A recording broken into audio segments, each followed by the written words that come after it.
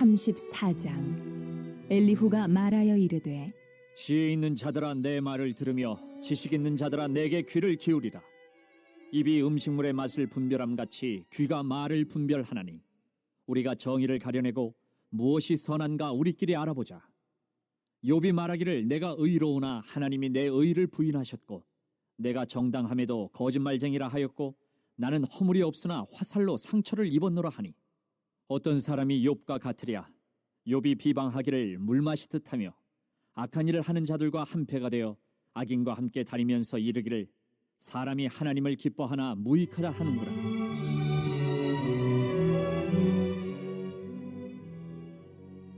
그러므로 너희 총명한 자들아 내 말을 들으라.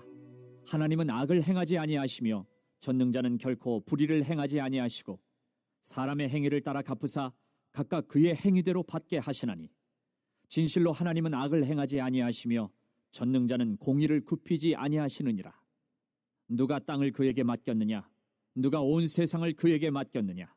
그가 만일 뜻을 정하시고 그의 영과 목숨을 거두실진대 모든 육체가 다 함께 죽으며 사람은 흙으로 돌아가리라. 만일 내가 총명이 있거든 이것을 들으며 내 말소리에 귀를 기울이라. 정의를 미워하시는 이시라면 어찌 그대를 다스리시겠느냐? 의롭고 전능하신 이를 그대가 정죄하겠느냐? 그는 왕에게라도 무용지물이라 하시며 지도자들에게라도 악하다 하시며 고관을 외모로 대하지 아니하시며 가난한 자들 앞에서 부자의 낯을 세워주지 아니하시나니 이는 그들이 다 그의 손으로 지으신 바가 됨이라. 그들은 한밤중에 순식간에 죽나니 백성은 떨며 사라지고 세력 있는 자도 사람의 손을 빌리지 않고 제거함을 당하느니라. 그는 사람의 길을 주목하시며 사람의 모든 걸음을 감찰하시나니 행악자는 숨을 만한 흑암이나 사망의 그늘이 없느니라.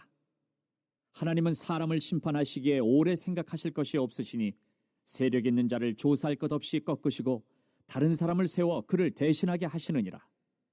그러므로 그는 그들의 행위를 아시고 그들을 밤사이에 뒤집어 엎어 흩으시는도다. 그들을 악한 자로 여겨 사람의 눈앞에서 치심은 그들이 그를 떠나고 그의 모든 길을 깨달아 알지 못함이라. 그들이 이와 같이 하여 가난한 자의 부르짖음이 그에게 상달하게 하며 빈궁한 사람의 부르짖음이 그에게 들리게 하느니라. 주께서 침묵하신다고 누가 그를 정죄하며 그가 얼굴을 가리신다면 누가 그를 배울 수 있으랴. 그는 민족에게나 인류에게나 동일하시니 이는 경건하지 못한 자가 권세를 잡아 백성을 올가매지 못하게 하려 하심이니라. 그대가 하나님께 아뢰기를 내가 죄를 지었사오니 다시는 범죄하지 아니하겠나이다. 내가 깨닫지 못하는 것을 내게 가르치소서. 내가 악을 행하였으나 다시는 아니하겠나이다 하였는가? 하나님께서 그대가 거절한다고 하여 그대의 뜻대로 속전을 치르시겠느냐? 그러면 그대가 스스로 택할 것이요 내가 할 것이 아니니 그대는 아는 대로 말하라. 슬기로운 자와 내 말을 듣는 지혜 있는 사람은 반드시 내게 말하기를 욥이 무식하게 말하니 그의 말이 지혜롭지 못하도다 하리라. 나는 욥이 끝까지 시험 받기를 원하노니 이는 그 대답이 악인과 같음이라. 그가 그의 죄에 반역을 더하며 우리와 어울려 손뼉을 치며 하나님을 거역하는 말을 많이 하는구나. 자, 오늘 이제 34장은 이제 엘리후의 두 번째 발언입니다. 근데 오늘 이 34장 이 내용과 분위기를 전체적으로 이렇게 보시면요, 이제 이 엘리후가 조금 많이 화가 나 있는 것을 보게 됩니다. 자, 그래서 특별히 이제 36절에 보면은 이렇게까지 얘기를 해요. 나는 욥이 끝까지 시험 받기를 원하노니 이는 그 대답이 악인과 같음이라. 욥 당신은 가만히 보니까 더 고난 당해야 될 것 같아요. 막 이러면서 굉장히 좀 화가 많이 났어요. 왜냐하면 곰곰이 이제 생각해 보니까 그동안 욥이 내뱉은 그 모든 말들을 이 엘리후 입장에서 다시금 이렇게 되새겨 보니까 아무리 생각해도 이건 너무하다 이렇게 생각을 했던 것 같아요. 자, 그래서 5절과 6절을 볼까요? 이제 욥이 뭐라고 얘기를 했길래 이게 엘리후가 화가 났는지. 자, 5절 6절 한번 읽어보겠습니다. 시작. 욥이 말하기를 내가 의로우나 하나님이 내 의를 부인하셨고 내가 정당함에도 거짓말쟁이라 하였고 나는 허물이 없으나 화살로 상처를 입었노라 하니. 자, 그러니까 욥이 하나님이 딱 내려다보고 계시는데 그 하나님 앞에서 지금 뭐라고 고백을 했냐고 이렇게 말하죠. 나는 죄가 없는데, 나는 하나님 앞에 떳떳한데, 정당한데, 나는 허물이 전혀 없는데, 근데 하나님은 나에게 불의하시다 이렇게 말을 하시고, 또 내가 거짓말쟁이다 이렇게 말을 하시고, 그리고 아무 이유 없이 나를 대적자 삼아서 나에게 고통의 화살을 계속 이렇게 쏘셔서 큰 상처를 입히고 있다. 지금 욥이 그렇게 말했다는 것이죠. 더 나아가 또 욥이 뭐라고 또 얘기를 했냐고 이렇게 얘기를 하냐면 9절을 읽어보겠습니다. 자, 시작. 이르기를 사람이 하나님을 기뻐하나 무익하다 하는구나. 여기서 이제 사람은 욥을 빗대어서 욥이 그렇게 얘기했다는 거예요. 내 경우를 보니까 사람도 다 마찬가지다. 결국 내가 그동안 평생에 걸쳐서 하나님을 기뻐함으로 하나님을 열심히 경외하고 또 하나님의 말씀대로 부단히 살려고 발버둥 쳤지만 이런 걸 보니까 이렇게 이유 없이 내가 고난당하고 아무 영문도 없이 이렇게 환란에 처해지게 되는 거 보니까 다 소용없다. 하나님을 열심히 경외하고 그분의 말씀대로 살려고 했던 나의 모든 지나온 삶들이 아무 소용없다. 이렇게까지 욥이 얘기를 했다. 지금 이렇게 엘리후가 얘기하면서 막 화가 난 것입니다. 그래서 어떻게 당신 욥이 하나님 앞에서 이런 말들을 아무리 힘들어도 그렇지 이런 말들을 함부로 내뱉을 수가 있느냐. 그러면서 격양된 말로 특별히 이제 이 34장 이 전체적인 내용을 통해서 무엇보다도 이 욥의 이 모든 엘리후가 생각하기에 이 잘못된 모든 고백들에 대한 해답으로서 특별히 이 엘리후는 하나님의 공의 그리고 하나님의 절대 주권 여기에 대해서 아주 강력하게 욥을 향하여 선포하고 있는 것을 보게 됩니다. 자, 그래서 먼저 10절부터 12절까지 한번 읽어볼까요? 자, 시작. 그러므로 너희 총명한 자들아 내 말을 들으라. 하나님은 악을 행하지 아니하시며 전능자는 결코 불의를 행하지 아니하시고 사람의 행위를 따라 갚으사 각각 그의 행위대로 받게 하시나니 진실로 하나님은 악을 행하지 아니하시며 전능자는 공의를 굽히지 아니하시느니라. 욥, 당신이 의로운 당신임에도 불구하고 하나님께서 당신을 불의한 자로 이렇게 여기신다 얘기하고 있는데 또 정당한 당신을 바른 말을 하고 있는 당신을 자꾸만 거짓말쟁이처럼 여기신다고 하는데 또 허물도 없는 당신에게 화를 쏴서 상처를 입히고 있다라고 이렇게 함부로 말을 하는데 어떻게 그렇게 말을 할 수가 있느냐? 아니라는 거죠. 우리 하나님은 절대로 불의를 막 행하시는 분이 절대로 아니시고 죄 없는 사람을 억울하게 만드시는 분도 절대로 아니시다. 하나님은 어떤 분이시냐? 늘 사람이 행동한 대로 그대로 철저하게 갚아주시는 공의의 하나님이시기 때문에 당신이 지금 이렇게 고난을 당하고 있는 것은 하나님이 뭐가 불의해서 하나님이 뭔가 잘못돼서가 아니라 분명히 당신이 뭔가 죄를 범했기 때문이고 하나님 앞에 뭔가 잘못됐기 때문이다. 즉 하나님은 잘못된 게 없는데 당신이 잘못됐기 때문이다. 그러면서 하나님의 이 공의에 대해서 강력하게 지금 선포를 하고 있는 것이죠. 또 23절을 읽어보겠습니다. 자, 시작. 하나님은 사람을 심판하시기에 오래 생각하실 것이 없으시니 세력이 있는 자를 조사할 것 없이 꺾으시고 다른 사람을 세워 그를 대신하게 하시느니라. 자, 이번에는 하나님의 절대 주권에 대해서 지금 강력하게 선포를 하고 있는 말씀이에요. 그러니까 당신은 하나님 왜 죄를 짓지도 않은 제가 이러한 고난을 받아야 되는지 답답합니다. 제발 좀 그 이유를 알려주세요. 그러면서 자꾸만 그 답답함을 하소연하고 그러는데 욥 당신 착각하지 말라는 거죠. 우리 하나님은 절대 주권을 가지신 그러한 분이라는 거예요. 그러니까 모든 것을 당신의 뜻대로 섭리해 가면서 당신의 높은 경륜에 의거하여 가장 좋은 결정을 해버리시는 그러한 절대 주권자시다. 그런 분이시기 때문에 그 하나님은 아무리 당신이 답답하다, 이유를 모르겠다, 아무리 하소연한다 할지라도 당신과 딱 마주 앉아서 당신의 억울함에 대해서 일일이 다 들어주시고 일일이 당신이 납득이 가도록 설명해 주셔야 할 의미가 전혀 없으신 그러한 분이시다. 즉 하나님은 오래 막 심사숙고하면서 자세하게 뭐 이게 맞는지 틀리는지 막 조사할 필요도 없이 그저 당신의 그 경륜에 의해서 당신의 뜻이 딱 정해지면 그냥 그대로 시행해 버리시는 분이시다. 제 아무리 강한 자라고 할지라도 뭐 어떤 사연이 많은 사람이라고 할지라도 뭐 가차 없다. 그냥 한순간에 꺾어버릴 수 있는, 굴복시켜버릴 수 있는 그런 절대 주권자시다. 그런 분이 하나님이시다. 근데 감히 피조물에 불과한 당신이 그 하나님의 뜻대로 그냥 순복하기만 해야 할 피조물인 당신이 그 절대 주권자에게 따져 물으려고 한다. 도대체 이유가 뭐예요? 하면서 그렇게 막 하나님 앞에 물어보고 이런 모습 자체가 이거는 말이 되지 않는다. 지금 이런 말을 하고 있는 것입니다. 그러니까 이런 엘리후의 주장이 즉 하나님의 공의, 하나님의 절대 주권, 자, 요 두 가지에 대해서 강력하게 선포하고 있는 내용이 이제 오늘 34장의 엘리후의 이 모든 논리들입니다. 근데 이제 엘리후의 이 모든 말들은요, 이게 조직신학적인 관점에서 볼 때 한치의 오차도 없어요. 정말 오늘 이 말씀 엘리후가 하는 이 내뱉는 모든 말들은요, 아주 완벽합니다. 예, 다 맞아요.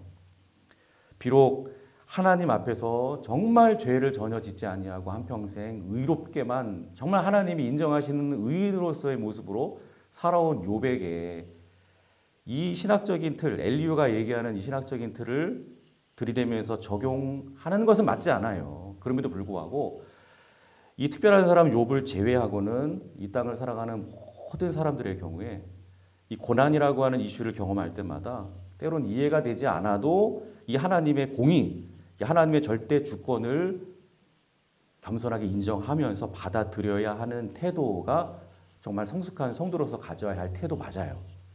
예, 여러분 하나님의 공의, 또 하나님의 절대 주권 어떤 상황 속에서도 겸손하게 인정할 수 있는 저와 여러분들이 될 수 있기를 주님의 이름으로 축복합니다.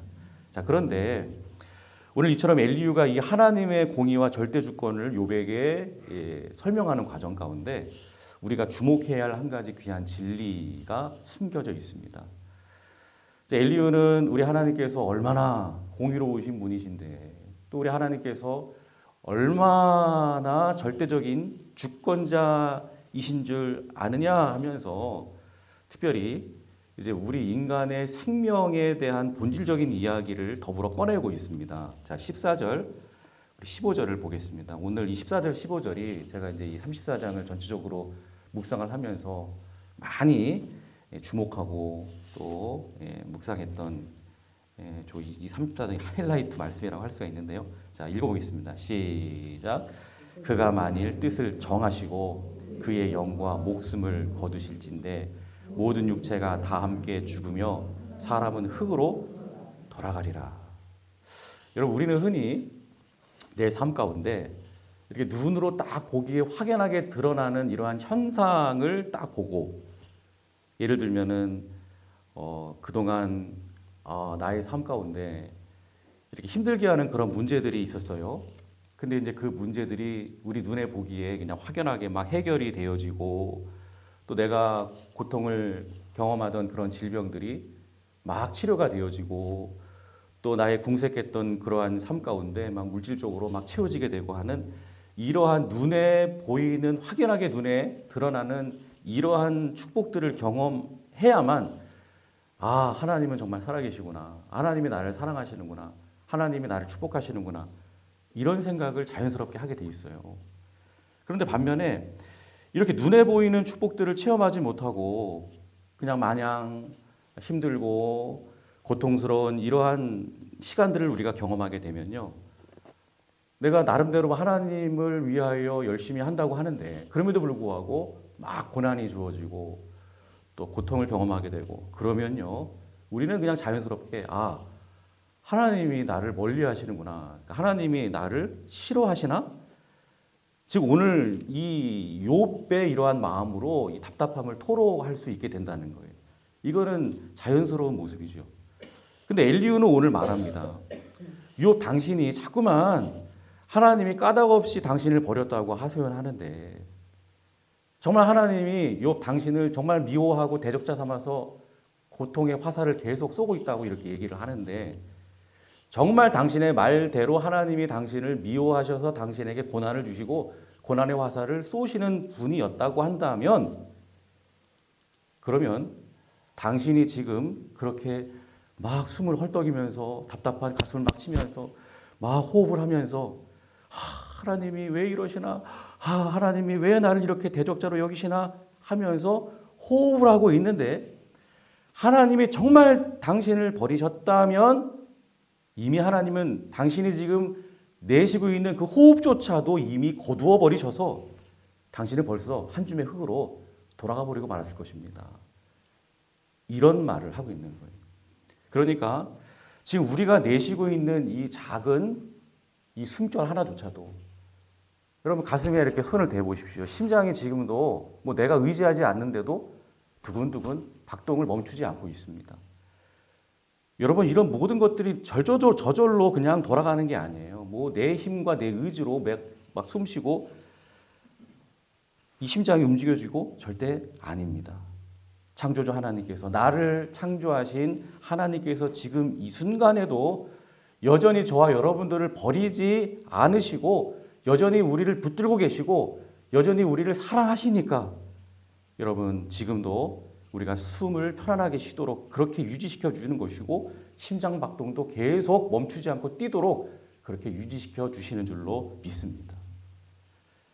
여러분, 그분이 나를 버리셨다면, 저와 여러분들을 버리셨다면, 그래서 하나님께서 단 몇 초라도 우리를 향한 관심과 시선을 거두셔서 우리의 호흡이 멈춰지도록, 심장이 멈춰지도록 내버려 두신다면, 우리는 오늘 이 엘리후가 얘기하는 대로 그 자리에서 즉시 흙으로 돌아갈 수밖에 없는 연약한 존재들이다라는 것입니다.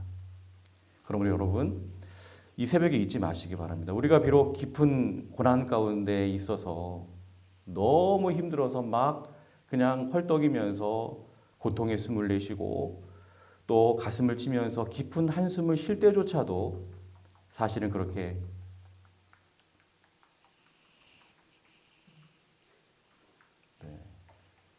갑자기 좀 파리가 왜 저렇게 춤을 추는지 모르겠네. 예. 죄송합니다. 예. 네. 예. 우리가 이렇게 숨을 쉬고 그리고 가슴을 치면서 한숨을 쉴 때조차도 사실은 그렇게 숨을 쉬는 것 자체가 하나님께서 여전히 내 생명을 포기하지 아니하시고 끝까지 우리를 붙들고 계신다는 가장 확실한 사랑의 증거라는 것을 여러분 이 새벽에 꼭 믿으시기를 주님의 이름으로 축복합니다. 그런데 근데 오늘 이 엘리후는 이제 욥 앞에서 우리 하나님은 어떤 분이시라고 강력하게 선포했었다 그랬죠? 바로 공의의 하나님.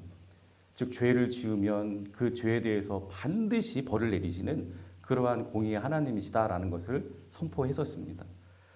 근데 만약 하나님의 그 엄격하고 냉정한 공의의 잣대로 이 땅에 죄를 범한 모든 사람들에게 다 들이댄다고 한다면, 여러분 모든 사람들은요 그렇습니다. 절대로 평안하게 호흡을 누리면서 살아갈 자격 결코 누릴 수가 없을 것입니다. 즉 죄와 교만함으로 말미암아 그것으로 얼룩져 있는 우리들은요, 사실 오늘 이 엘리후가 14절 15절에 선포하고 있는 그 말씀처럼 당장 오늘이라도 하나님께서 그 생명의 호흡을 거두어 가셔도 아무 할 말이 없는 사람들이에요.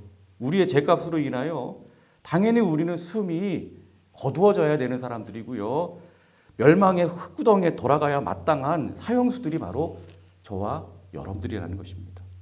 그런데요, 우리 하나님께서 어떤 분이십니까?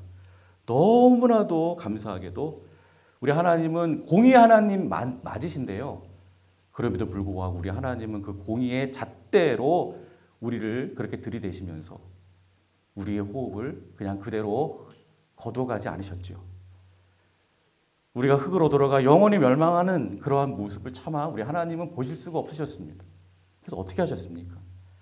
호흡이 거두어져서 영원한 멸망의 흙으로 돌아갈 수밖에 없는 우리를 다시금 살려내시기 위해서 우리 하나님은 하나밖에 없는 예수 그리스도, 당신의 아들을 이 땅에 보내주셨습니다.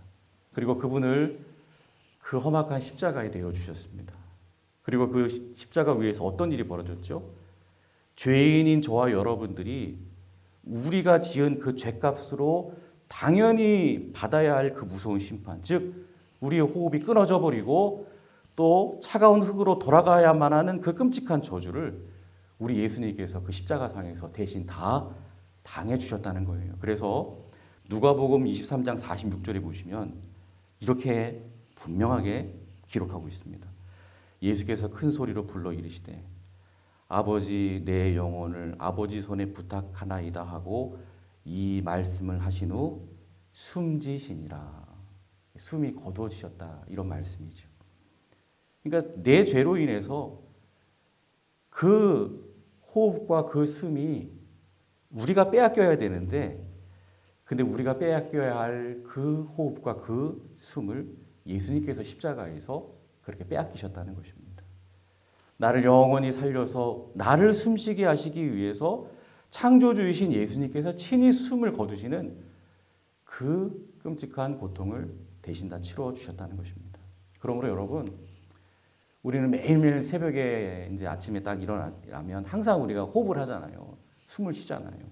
근데 우리가 지금도 이렇게 편안하게 내쉬고 있는 이 호흡은 그저 어제와 똑같이 우리에게 그냥 주어지는 그런 호흡이 아닌 것입니다. 오늘도 우리가 내쉬고 있는 이 호흡은 나를 살리기 위해서 십자가에서 내 대신 숨을 거두신 우리 예수님의 그 붉은 피값으로 사들인 놀라운 은혜의 호흡인 줄로 믿습니다. 여러분 혹시 고난과 억울함 속에서 가슴을 치면서 한숨 짓고 계십니까? 삶의 짐이 너무 무거워서 숨 쉬는 것조차도 여러분 버겁습니까? 여러분 그렇게 내 숨통을 조여오는 현실의 아픔, 내게 생명의 숨을 불어넣으시기 위해서 저 십자가에서 친히 숨을 거두신 우리 주 예수님의 뜨거운 십자가 사랑으로 현실의 그 모든 아픔을 다 덮어버리시고 극복하실 수 있기를 주님의 이름으로 축복합니다. 내가 멈추어야 할 호흡을 대신 멈추시고 나에게 생명의 호흡을 불어넣으신 우리 주님께서 여러분들이 내쉬고 있는 그 한숨조차 신음조차 결코 외면하지 않으시고 우리 주님께서 우리 대신 숨을 멈추신 우리 주님께서 여러분들의 그 신음과 한숨 소리를 반드시 기쁨과 찬양의 소리로 바꿔 주실 줄로 믿습니다. 기도하겠습니다.